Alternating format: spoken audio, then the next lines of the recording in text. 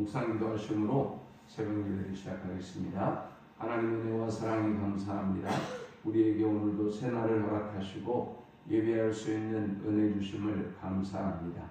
하나님 앞에 더욱더 가까이 나아가는 하루가 되게 하시고 하나님을 기쁘시게 하는 하루가 될 수 있도록 인도하여 주옵소서. 우리 인생의 모든 짐과 문제들은 온전히 주께 맡기게 하시고 주님이 우리를 위하여 일하심을 경험하는 하루가 되도록 인도해 주옵소서. 오늘 이 하루도 온전히 주께 부탁드리며 예수님의 이름을 지하여 간절히 기도하옵나이다. 아멘. 찬송 405장 드리겠습니다. 주의 친절한 발에 안기 세우리 마음이 평안하리니 항상 기쁘고 복이 되겠네. 영원하신 발에 안기세 주의 발에 크신 발에 안기세 주의 발에 영원하신 발에 안기세 날이 갈수록 주의 사랑이 두루 광명하게 비치고 전성 가는 길 편히 가리니 영원하신 발에 안기세 주의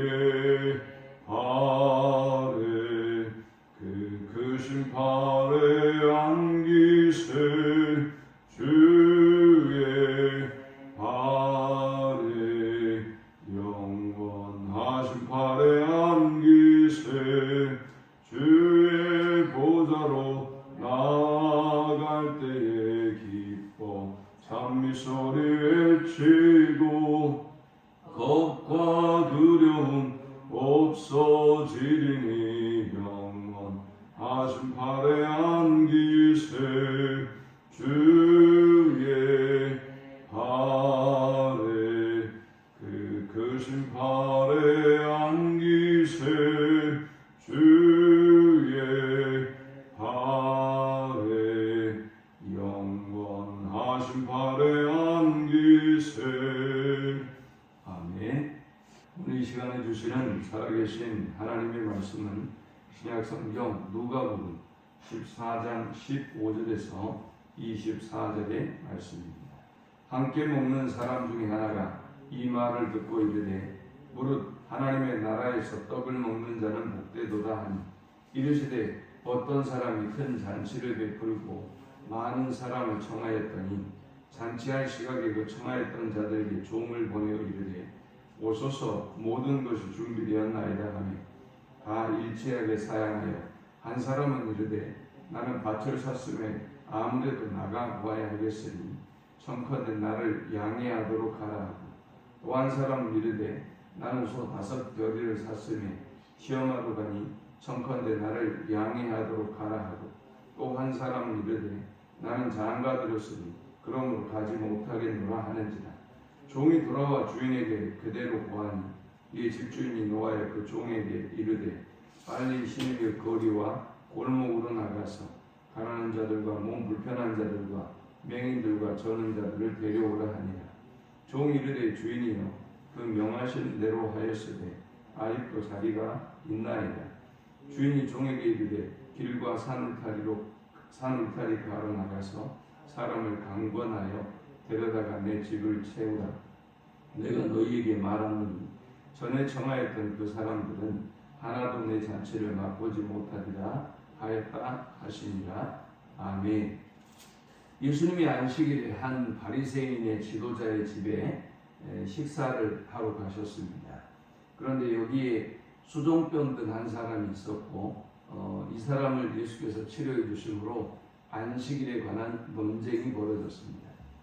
예수님은 여기에서 바리새인과 유대인들을 향해서 너희 중에 누가 그 아들이나 소가 우물에 빠졌으면 안식일이라도 옷 끌어내지 않겠느냐라고 물었습니다. 그들은 아무 대답도 하지 못했다라고 성경에 기록하고 있습니다. 이 안식일 논쟁을 통해서 예수님 우리에게 세 가지를 말씀하셨습니다. 먼저 율법의 정신, 안식일의 정신을 회복하라는 것입니다.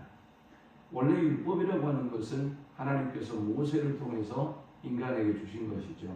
그런데 이 율법을 잘 지키기 위해서 인간들이 여러 가지 세부적인 항목들을 만들기 시작했는데 613가지의 항목을 만들었어요. 또 안식일에 관한 규례도 39가지를 만들었습니다. 이것까지는 정말 귀하고 너무나 잘한 일이죠. 그런데 문제는 뭡니까? 이 율법을 주신 목적을 잃어버린 거예요. 사실 율법을 주신 목적이 뭡니까? 인간이 하나님을 잘 섬기도록 하나님을 주신 거예요. 그리고 그들이 세부적인 항목을 만들 때도 우리가 어떻게 하나님과 멀어지지 아니하고 하나님을 잘 섬길까라는 것을 연구하면서 만들어진 채칙들이 613가지란 말이죠. 그런데 이들이 정작 시간이 지나면서는 왜 율법을 만들었는지 그 이유를 잃어버린 거예요. 그래서 오히려 사람을 구원하고 생명을 살리기 위한 율법이 오히려 사람을 정죄하고 판단하고 죽이는 기능을 하게 됐어요. 오히려 사람이 하나님을 잘 섬기도록 하기 위해서 존재하는 이 율법이 오히려 내가 다 지키지도 못하면서 말이죠.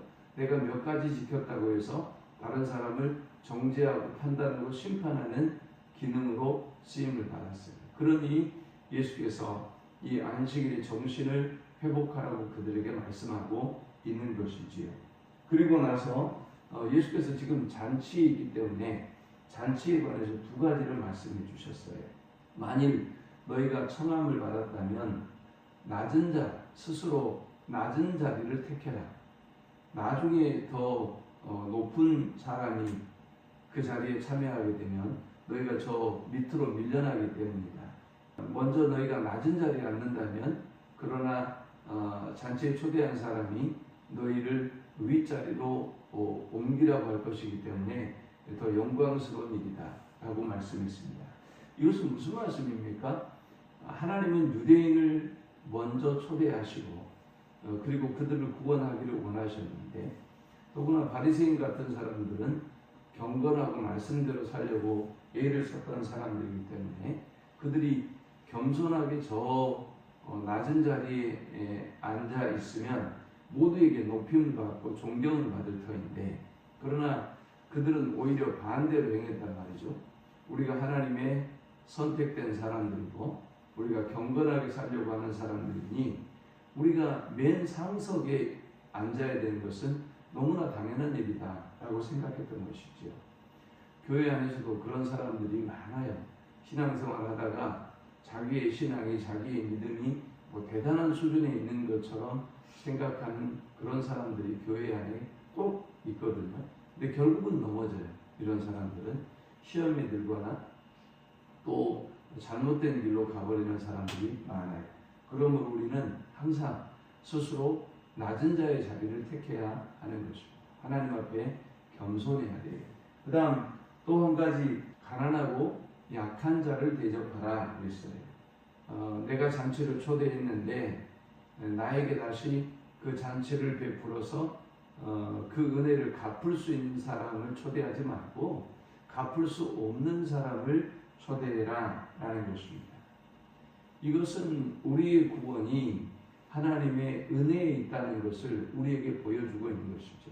그래서 여러분들이 신앙생활을 잘하는 사람들은 항상 하나님 나 같은 사람을 왜 초대해 주셔서 나 같은 사람을 왜 하나님의 자녀 삼아 주셔서 나 같은 사람을 왜 일꾼을 삼아 주셨습니까? 라는 감사 속에 은혜가 넘치는 신앙생활을 한단 말이죠.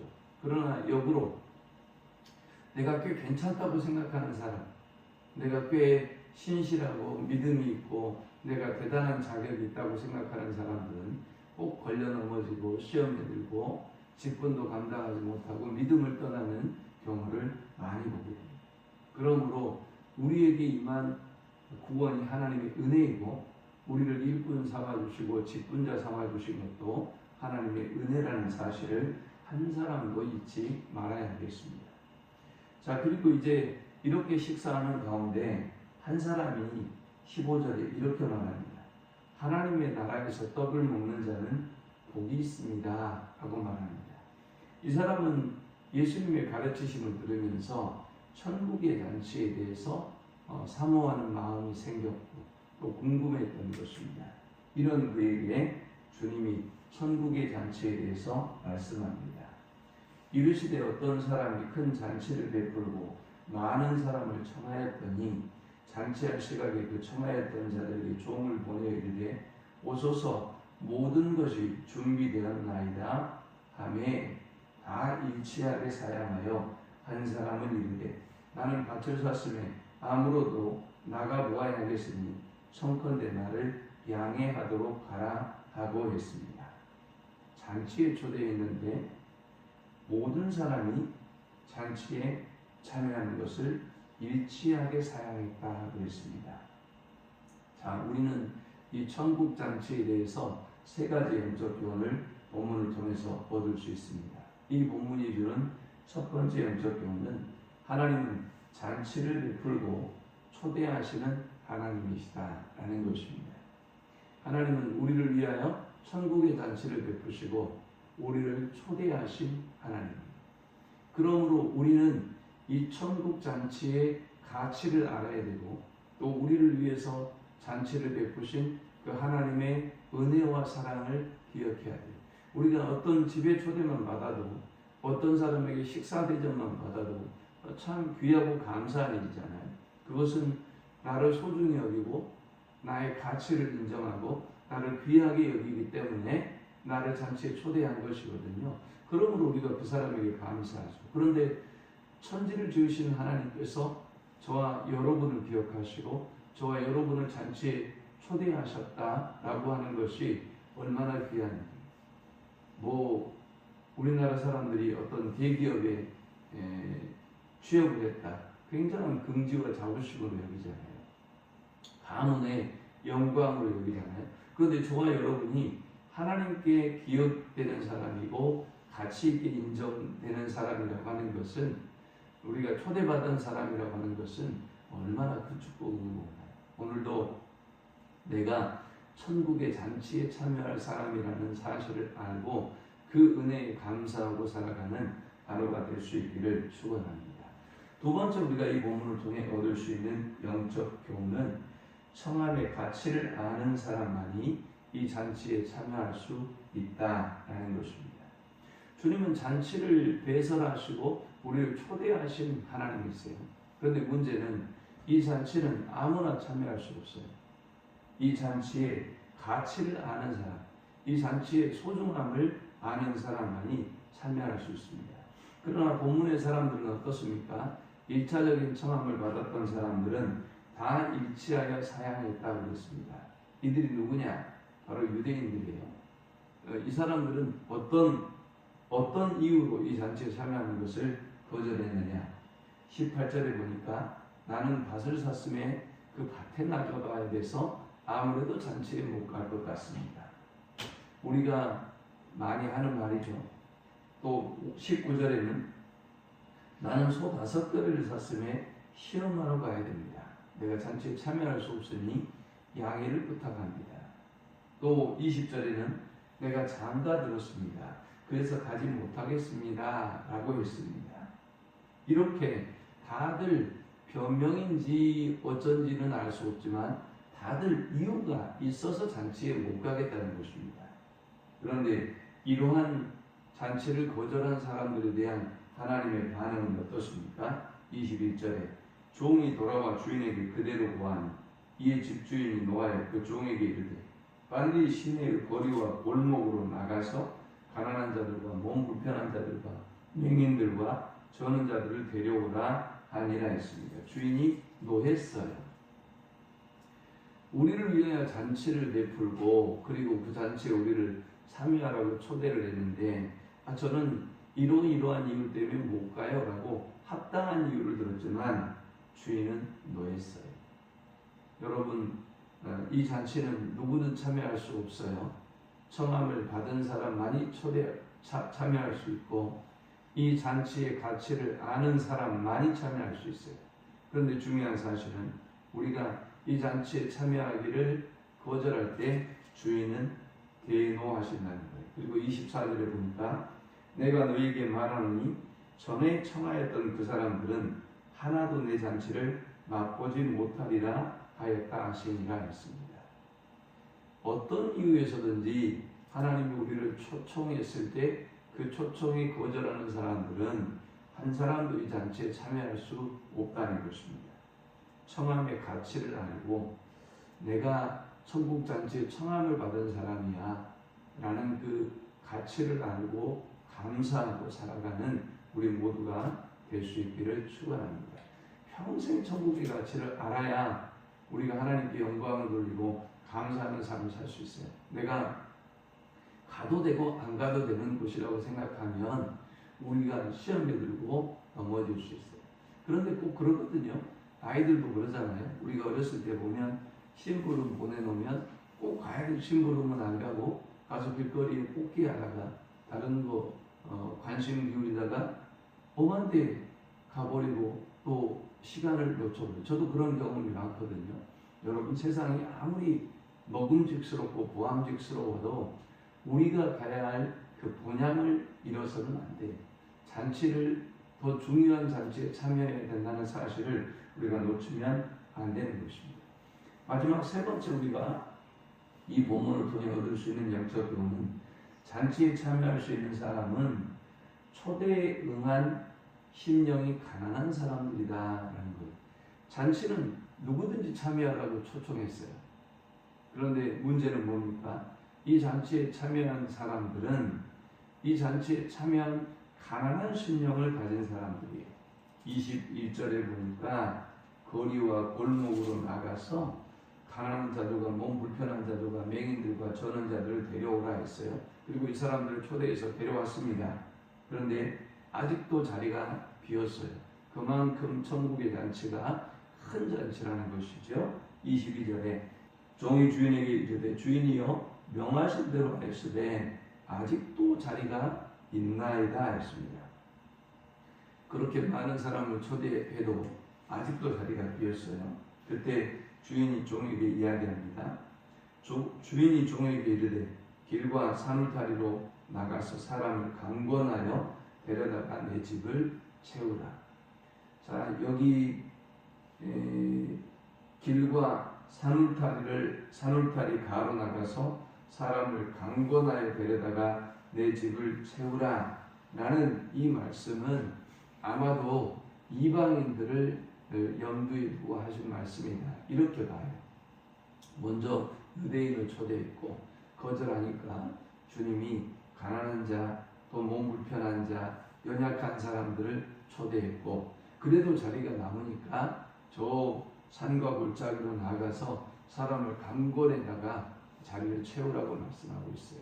누구든지 이 잔치에 참여할 수 있도록 하나님께서 초대하신 것이지. 누구든지 초대는 했지만 심령이 가난한 사람만이 참여할 수 있는 잔치가 천국의 잔치. 항상 가난한 심령으로 하나님의 나라에 가는 그 순간까지 겸손하게 내가 초대받은 사람이다라는 긍지와 감사와 그 가난한 심령을 항상 유지하고 오늘도 강팍하고 교만한 사람들이지만 아직 천국의 가치를 모르고 주님의 초대의 가치를 모르는 사람들이지만 우리가 저들을 위해서 기도하고 또 복음 전하는 복된 하루가 되시기를 축원합니다. 하나님 감사합니다. 이런 말씀을 통해서 은혜 받고 깨닫게 하심을 참으로 감사합니다. 오늘도 우리에게 구원의 은혜를 베풀어 주신 그 하나님의 은혜와 사랑에 감사하게 하시고 더욱더 겸손하고 감사하며 주의 뒤를 따르는 저들이 되게 하여 주옵소서.